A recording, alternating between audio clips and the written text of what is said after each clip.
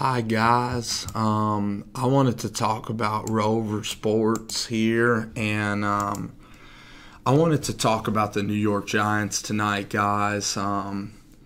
Listen, yesterday was a very difficult time to be a Giants fan. The team came out yesterday, and they didn't at all execute on any cylinders of the football game.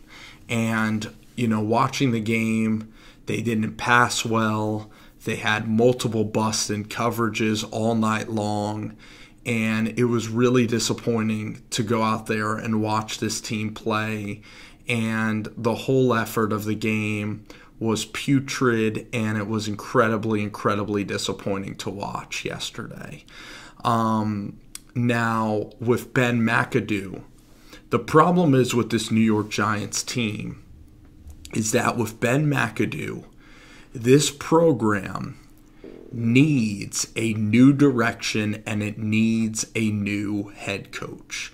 And the reason why Ben Mcadoo doesn't work in New York is because Ben Mcadoo inaccurately looked at Eli Manning, and he inaccurately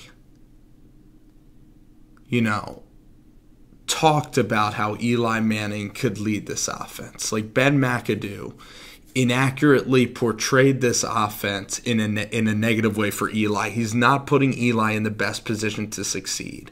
Eli Manning is a quarterback that is not an aerial raid quarterback. Eli Manning's a quarterback that should only throw the ball 20 to 25 times. That's the guy that you need to cater everything to in your decision making. Is the quarterback. Is Eli Manning. Is that quarterback.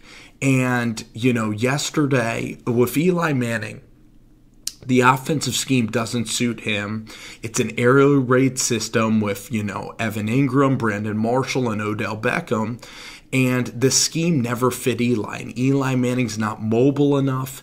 Even during his heyday, he never threw the ball 35, 40 times.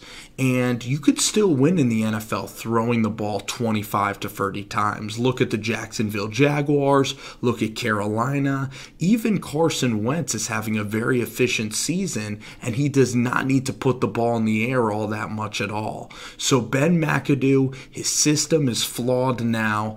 NFL defenses are onto his system. They made the playoffs last year because they had such a simple schedule. They played the Bears, they played the Eagles, they played the Browns, they played the Bengals, they played the Ravens.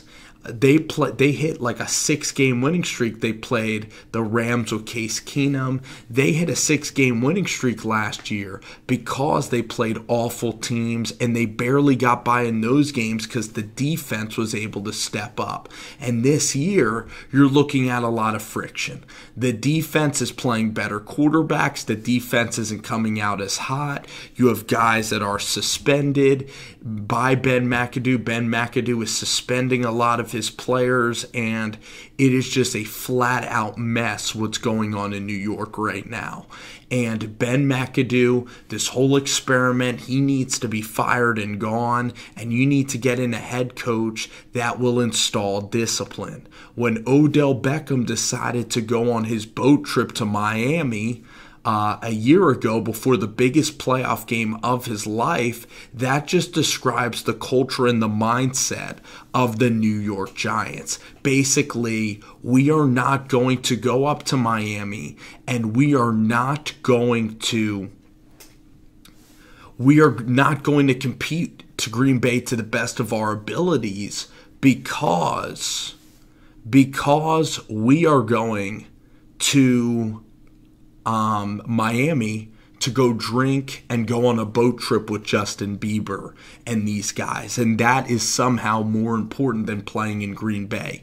And Ben Mcadoo and Eli Manning laid down. They didn't lay down the ground rules. There was no punishment for this act, and it just showed you that their heart wasn't in that playoff game. When you're playing in the NFL and this is your job and profession, you cannot be out there having an unbelievable time on a Monday night when the playoff game is on Sunday. That's not how winning teams win, and there's a time and place for everything. And for that move to go to Miami to do that, it really exemplified the culture in a larger sense. And I look today in Jacksonville, what Jacksonville did with their players and with Leonard Fournette, their star running back. He missed one team photo and he missed an entire game. And that's, the type of, leadership that the New York Giants kind of are looking for, and that's the type of leadership that the New York Giants actually need. Now, you look at just Ben McAdoo in general. He needs to go, and you need to bring in a coach that can run the football. You need to bring in a coach that's tough. And Steve Spagnuolo, he can't be gaining confidence. This defense has lost its identity. The defense under Spags, when it was successful, was you rush 4 guys, you throw 7 in the coverage, and you're able to play cover 2, and you have guys that can make interceptions, and it's an opportunistic, aggressive secondary. And you look at Eli Apple, he's been getting burnt. He doesn't understand assignments. DRC has 1 foot out the door. Janoris Jenkins has 1 foot out the door. The linebacking core I still have faith in. I still have faith that B.J. Goodson can play, that Casillas can play. I still have faith that the New York Giants can stop the run with Dalvin Tomlinson, with Snacks Harrison. I still think the Giants in that realm are not too far away from their actual potential, and I think that the Giants can do a decent job in that regard. In terms of the offense, I would let Beckham go. He's just a cancer to this locker room. He's a cancer to what you are trying to do, to what you are trying to achieve. Odell Beckham is a leader in every wrong sense, because instead of inspiring guys to be unselfish, Odell Beckham inspires guys to just, party. He inspires guys to complain about calls, to do celebrations and hokey things, and he's not that serious about football, as evidenced by him going to Miami to the boat trip. So when you look at, Odell Beckham, if he gets re-signed, the Giants are screwed. Because if Beckham gets re-signed, Giants are screwed. The New York Giants will then have no culture. The New York Giants then will be absolutely done, because Beckham then will just want more touches. Eli will be more peer pressured to get him the football. Eli will be scared if he doesn't get Odell the ball. The New York media will tee off. The drama will ensue, and this program will continue to go to the depths of absolute horridness. So when I look at what the Giants need to do, you need to get unselfish players playing for a common goal. You need to draft guys that, are sort of under the radar guys, but that you could just throw in and build.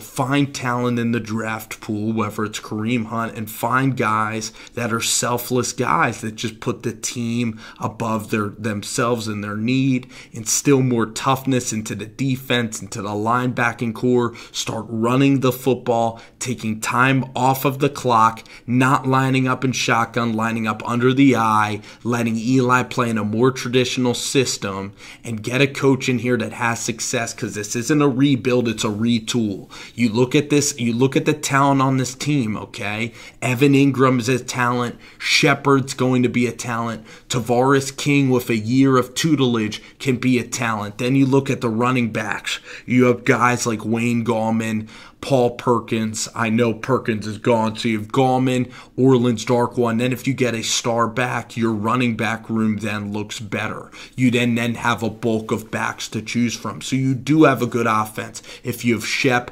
Tavares, Evan Ingram, Wayne Gallman, you do then have a successful offense. And then you go and you see, can Pugh still play at tackle? Weston Richburg at center.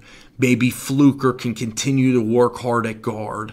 And this is a team with Eli Manning, Landon Collins. If you get Jenkins and Cromartie both playing hard for one season, this can be a turnaround like the Los Angeles Rams. This is not, I repeat, this is not a rebuilding situation for the New York Football Giants. Not a rebuild at all. It's a retool. This is a team that can get right back to the playoffs. You just need to hit a coach like a Brian Billick, like a John Gruden, somebody that gains respect, that motivates his players. Ben Mcadoo does not motivate his players at all. He's like a robot. He's a guy that's better. He's a guy that's served to be a guy that's behind the press box, not a guy on the field.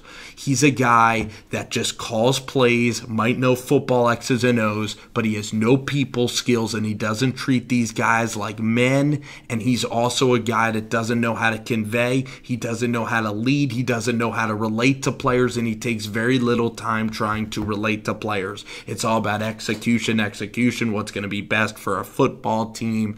Eat the right things. He treats the guys like they're robots instead of digging into their psyche, digging into the emotion of these young kids, digging into what millennials might think. And also, you look at Ben Mcadoo, and he doesn't ever have any fun. There's no rewards. There's no enjoyment to playing the game of football. These are all things that's important. With Sean McVay, he understands the toughness, the grind of playing football. He understands that on a road trip, it might be a good idea to go, visit certain places, give the guys some off time, keep their minds fresh, keep their minds happy, make work an exciting place to go to work. And for the New York Giants, going to work is like going to hell, because look at what Cromartie and DRC are doing. They're revolting from the workplace. Eli Manning looks miserable at the workplace. The workplace isn't enjoyable. The morale is awful. There is no coming back from this.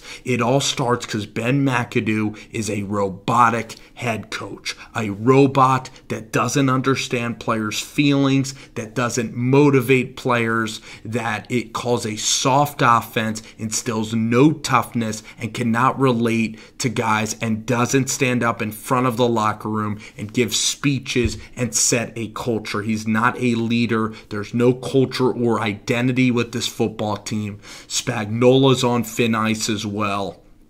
Jerry Reese doesn't understand that drafting linemen are crucial to building this thing. And I hope that the Giants don't sucker under peer pressure and continue to get guys that would be demeaning to the culture of the New York Giants. So I'll leave it at that.